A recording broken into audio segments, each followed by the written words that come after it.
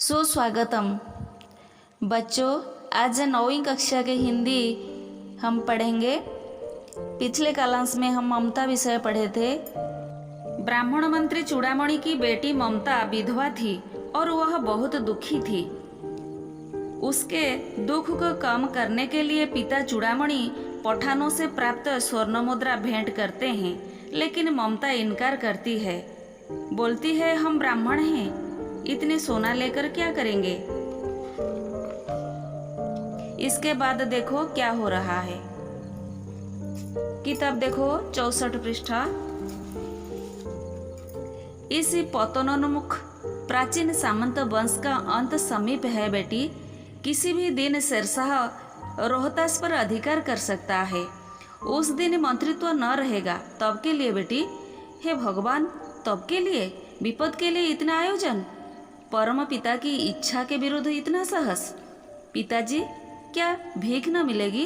क्या कोई हिंदू भूपृष्ठ पर न बचा रह जाएगा जो ब्राह्मण को 2 मुट्ठी अन्न दे सके? असंभव है।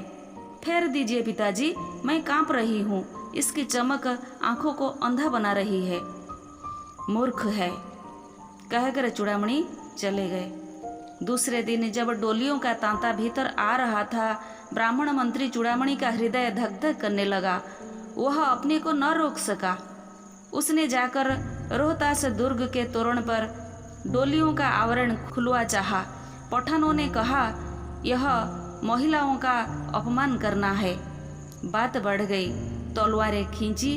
ब्राह्मण मंत्री वही मारा गया और राजा, रानी तथा कोस सब छले शेरशाह के हाथ पड़े। निकल गई ममता। डोली में भरे हुए पठान सैनिक दुर्ग भर में फैल गए, पर ममता न मिली।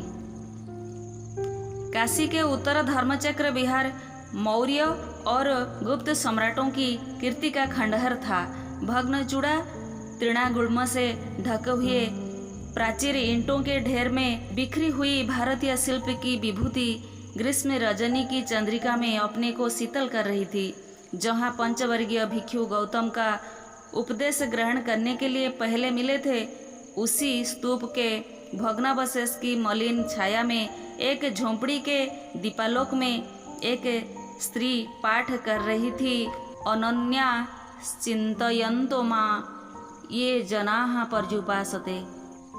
इसका भाव स्पष्ट करेंगे। प्राचीन सामंत वंश का अंत निकट है। यह बात मंत्री चूड़ामणि अपनी बेटी ममता से बोल रहा है। शेरशाह रोहतास पर अधिकार कर सकता है।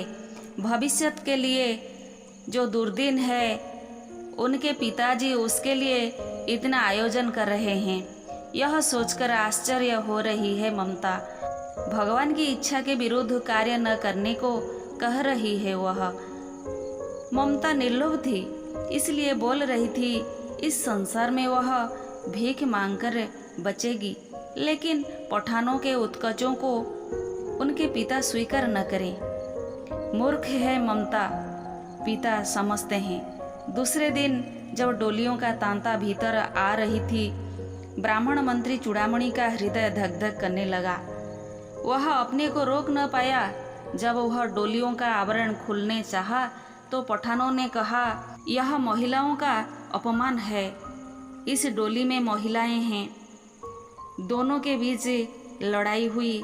पठानों के हाथ मंत्री चूड़ामणि मर गया। इसके बाद डोली में भरे हुए पठान सैनिक दुर्ग भर में फैल गए। ममता वहां से भाग गई। काशी के उत्तर धर्मचक्र विहार, यह उत्तर प्रदेश में स्थित है। धर्मचक्र का मतलब धर्मों का समूह। तो काशी के पास जो सारनाथ है और सारे धर्म स्थान है, ये स्थानों को धर्मचक्र कहा गया है। आज के लिए इतना।